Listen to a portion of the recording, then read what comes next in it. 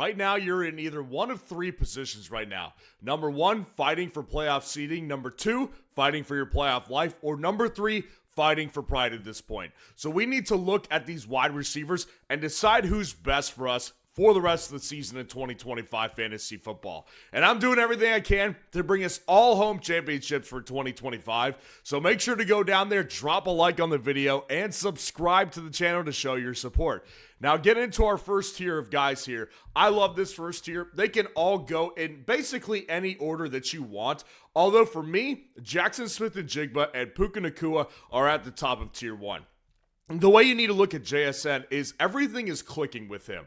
Like, everyone was concerned about Jackson Smith-Njigba with Sam Darnold, but he has proved everyone wrong, and so is Sam Darnold. I mean, this guy is averaging 21.9 fantasy points in a full PPR format. He's the first receiver to cross 1,000 yards on the year. He's been excellent, and there's really just no signs of slowing down. And with Puka, whenever the guy's healthy, has been dominant, even more dominant in fantasy. 22.4 fantasy points per game. And the only problem, he doesn't even get in the end zone all that much. He's got 4 touchdowns in 8 games through the air and 1 touchdown on the ground.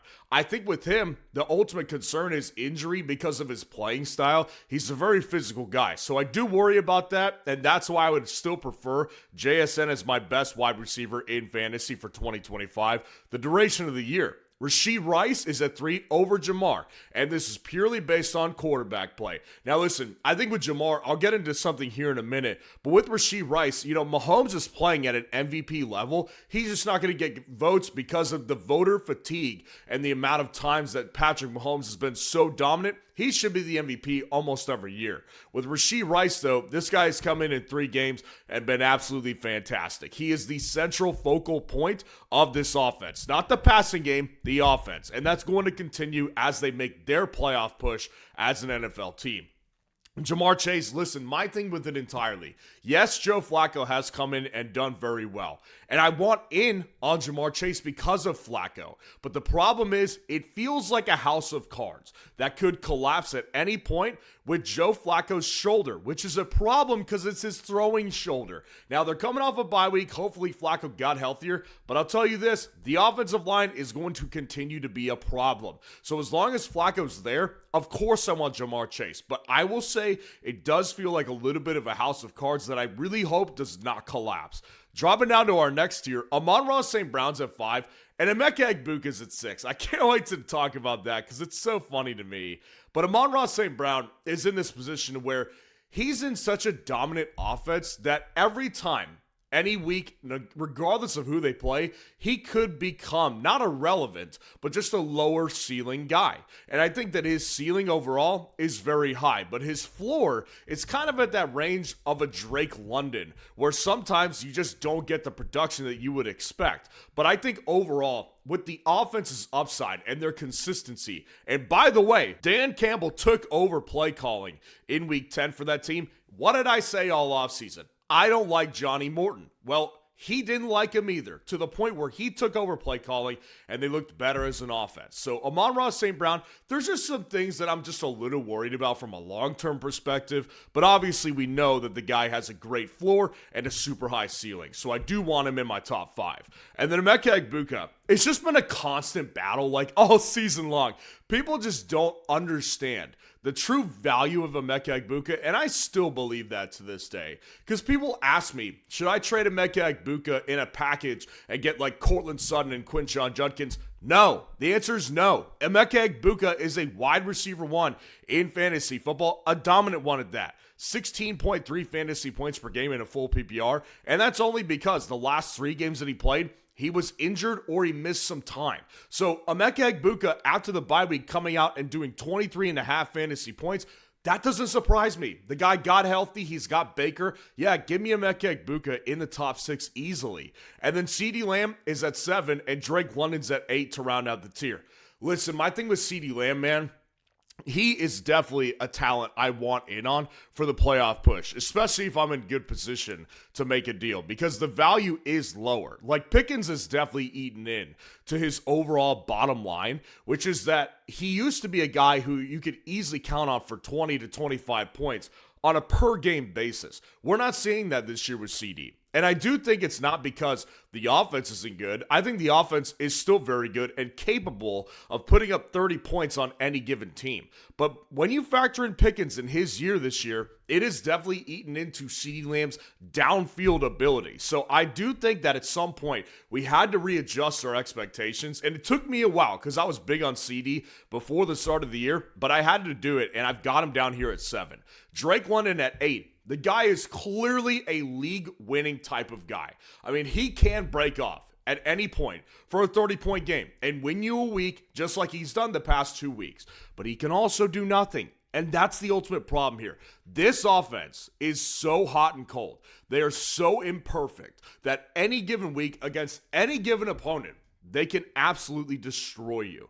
Bijan Robinson can do the same. But I do still think Drake London, from a talent perspective, from a ceiling perspective, and how often he's been able to hit that ceiling, is someone I still do want for my ultimate playoff push inside of tier 2. And obviously you're here for this video to find out who the best wide receivers are moving forward. And the good thing is, with guys like London and CeeDee Lamb, those feel like guys that you could actually still trade for if your trade window is still open. So what I'm doing right now is I'm doing team breakdowns for all of you to compete for the playoffs and make sure your roster is on the right track. So if you want a full team breakdown with me, getting your full team analysis, very detailed by the way, ask anyone who's ever gotten one how detailed these are. You want that along with trade ideas, waiver ideas, ways to make your team better for the playoffs. Go ahead and go to that link in the description and in the comments below and get a full team breakdown from me. And if you want access to league-winning tools for $6 a month, like the automatic waiver wire tool, my weekly top 250 rankings, and the comparison feature and the league sync-up feature, that's for $6 a month with the premium subscription. We're talking about league-winning tools all for $6 a month that you need to get in on now for your playoff push. Dropping down to our next tier, I've got Davante Adams at 9 and Rome Odunze's at 10. So with Davante, he is the best wide receiver 2 in fantasy football this year. Wide receiver 2 being on an NFL team. Davante's been great. Now, he had an argument to be inside of the tier above him, but of course, I'm filming this video after week 10, and he tightened up with a back or oblique issues, what I think they're calling it.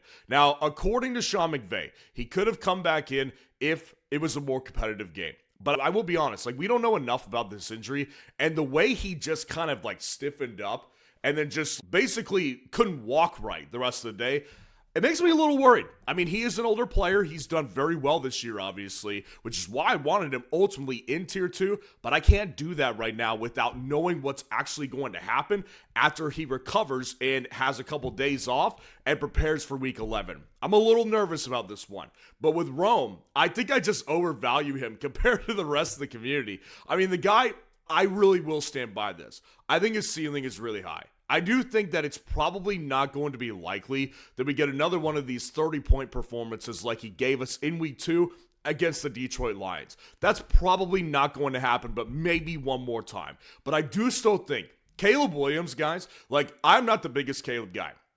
That guy's arm, though, is extraordinarily powerful. And Rome Odunze is the wide receiver 1 still. And with DJ Moore kind of in and out of the lineup with injuries, I do still think that we could see a more stabilized floor at some point with Rome. So if you give me a stable floor of 15 to 16 fantasy points, and then I can get a ceiling game of 30 out of you, I've got to have you inside my top 10. So I still like Rome probably more than consensus does. Nico Collins is at 11 and Jalen Waddle's at 12. So these two guys, honestly, I was kind of debating, how should I rank these guys?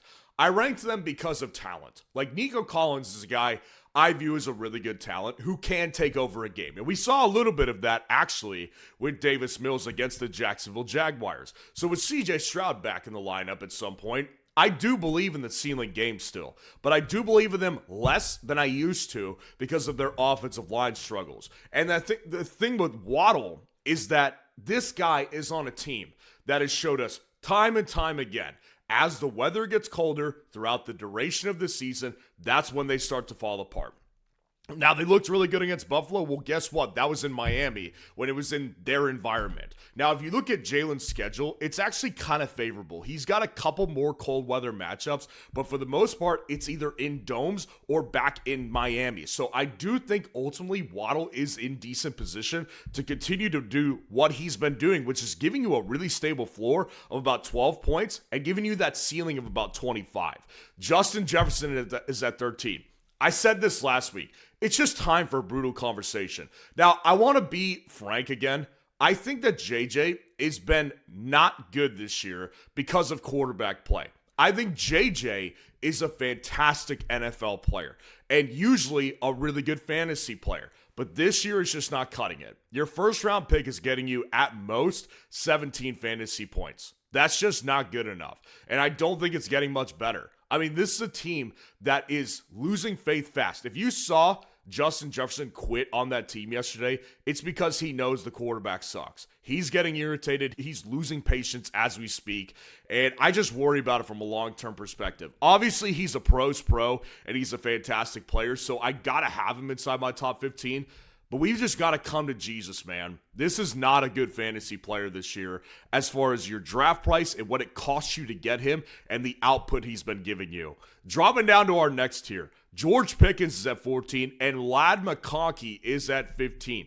Now with Pickens here, I could have put him higher. My ultimate belief, though, is that I think that with CD back, he's probably just not going to have as many ceiling games. But I will say this, the floor has been actually much better than I thought it would be with CD back. 3 games now with CD. 12 points, 14 points, 13 points. I think that's actually totally fine. He hasn't hit 10 targets in a game since CD came back, but I don't think he needs to. Pickens has always been a guy that can work off of minimal targets, as he did for years in Pittsburgh. The difference is he's got a better quarterback in Dallas throwing him the ball than he used to have in Pittsburgh. So I do think that Pickens still does have probably a couple ceiling games left of like 30 points, maybe 25 points. But ultimately, his floor is just a little lower with CeeDee Lamb back in the fold. So you've got to factor that into the long-term ranking. Ladd McConkey at 15, the guy is clearly separated as the wide receiver one, only guy that he can rely on a weekly basis. Pittsburgh game was a very, very critical one to watch from the wide receiver perspective in Los Angeles, which is that all those receivers were dropping passes. If you did not watch, like Herbert was throwing dime after dime after dime, and they were being dropped by Gadsden, by QJ, even by Ladd. But Ladd still separates because he's got a lot of burst after the catch. He runs a lot of quick and easy routes, and Keenan is slowing down a little bit. So I think Ladd has really kind of separated himself from the rest of the group. And just from a consistency standpoint, I think with Herbert at quarterback, you want in on a Chargers receiver, and this is the one that you want the most. Michael Pittman is at 16, and I think it got lost in the translation because with Pittman, if you actually looked under the hood, it's always been a little shaky because his target share has never been really, really high. And to their credit, they're a really good team. Well-rounded. They've got lots of pass catchers that can get involved, even with Alec Pierce at this point. They have options. So Michael Pittman's targets have never been great from a week-to-week basis. And I think that in a game against Atlanta, that highlights itself like it did in week 6 against Arizona. He had 2 targets against Atlanta. That should have been a matchup he could have dominated in, and he did not. So I do worry about Daniel Jones' performance for the rest of the year because he has looked a little bit like his giant self over the last 2 weeks, and I do worry about all the other options in there. So Pittman is the wide receiver 8 in PPR right now. I don't value him like that. I've just got to put him lower in my rankings. And then with Chris Olave at 17, I think the player has actually done very well. Kudos to him, props to him. He's on one of the worst teams in football, and he's been really good. He has 95 targets through 10 games, almost 10 targets a game. Elite wide receiver 1 numbers, and he's done very well. All things considered, quarterback, inconsistencies, it's been really good for Chris Olave. And I will say this, now that Rashid Shaheed is gone, it feels like I can buy back into Chris Olave after not being on him for the pass game with Rashid Shaheed. But with Rashid Shaheed gone, he opened up everything back up, and maybe, just maybe, Tyler Shugart's not as bad as I thought he was. Bottom line is this, they've got a lot of easy teams like Carolina back on the schedule again, Miami, Atlanta, New York Jets, Tennessee. It should be good for Chris Olave moving forward. And I will say this, I mean, Garrett Wilson was a big shock yesterday. Last week, I came on here and said I preferred Garrett Wilson over JJ. Well, that already slapped me in the face. I mean, that was a really disgusting take because the reality is JJ and Garrett Wilson are both great players, but Garrett's quarterback situation is somehow worse. And it was actually doing well for the majority of the season, and maybe he just didn't get the ball enough because he truly is not fully healthy, but they kind of had no choice. Maybe that's the case. I don't think we're going to get another blank game from Garrett Wilson moving forward, but yesterday was a big eye-opener. This quarterback situation is too volatile to depend on, so I do worry from that perspective, and I've got to rank him accordingly. Dropping down to our next tier, Devonta Smith is at 19, and Marvin is at 20. So with Devonta Smith, I have been saying this for a while. I prefer Devonta Smith in the Philly offense over AJ only because of the fact that I think his chemistry with Jalen is just better. Like AJ's and Jalen's are deteriorating on a daily basis at this point. And we haven't seen the game tonight, so it could be a really big determining factor on how I feel moving forward, but it probably won't be even if AJ goes off and Devonta doesn't tonight. I still prefer Devonta long term. He's had more games with more targets than AJ Brown, and I think at this point, they're kind of just having AJ along for the ride because he's been so noisy. Devonta Smith, not a noisy player, has better chemistry. I'll take that over what we've got with Jalen Hurts and A.J. Brown. Marvin Harrison Jr., I mean, things have opened up for him with Jacoby Brissett because he finally has a quarterback who can see over the line of scrimmage. He doesn't have a shrimp trying to get on his tippy toes and stand over the line of scrimmage. He's been better with Jacoby Brissett. I still just don't trust this guy. I mean, he had 12 targets on Sunday versus the Seattle Seahawks, and he came down with 3 of them. And he got in the end zone. Good job. Whoop-de-doo. But he dropped passes, and he's just a head case player. Like, I just don't see enough floor on a weekly basis for me to really get excited about having him as my wide receiver 2 in fantasy. But I will acknowledge, like, the ceiling is really good on the guy. I would say he's got a 25-point ceiling, and I do think that his floor at this point is better than it used to be with Kyler, which I would put around 10 to 12 points in a full PPR format. Now, 21 to round out this tier, I've got Ted McMillan, and this guy is just in a bad position. And honestly, like, it's kind of hard for me to see it get much better, because the wide receiver 1 duties are clearly his. That's never been the problem. He's got 77 targets through 10 games. Like, that's not the problem. The problem is the guy plays with Bryce Young, another shrimp, and he's got 2 touchdowns on the year. Well, why is that? Because one game, he had 2 touchdowns, and other than that, they can't get him red zone targets because of the fact that Bryce is small, and he just doesn't have a powerful enough arm.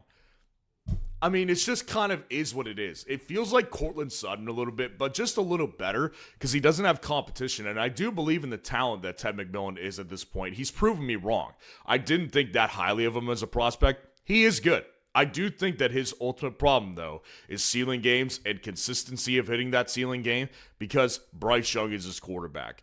Dropping down to our next tier, this is the shock. Troy Franklin, I've got at 22, and Zay Flowers, I've got at 23. It's just time to have that conversation. And I had the conversation originally after the Thursday night game against the Raiders when I said, at this point, you've got to favor Troy Franklin over Courtland Sutton. Courtland Sutton this year has 66 targets through 10 games, and Troy Franklin has 73.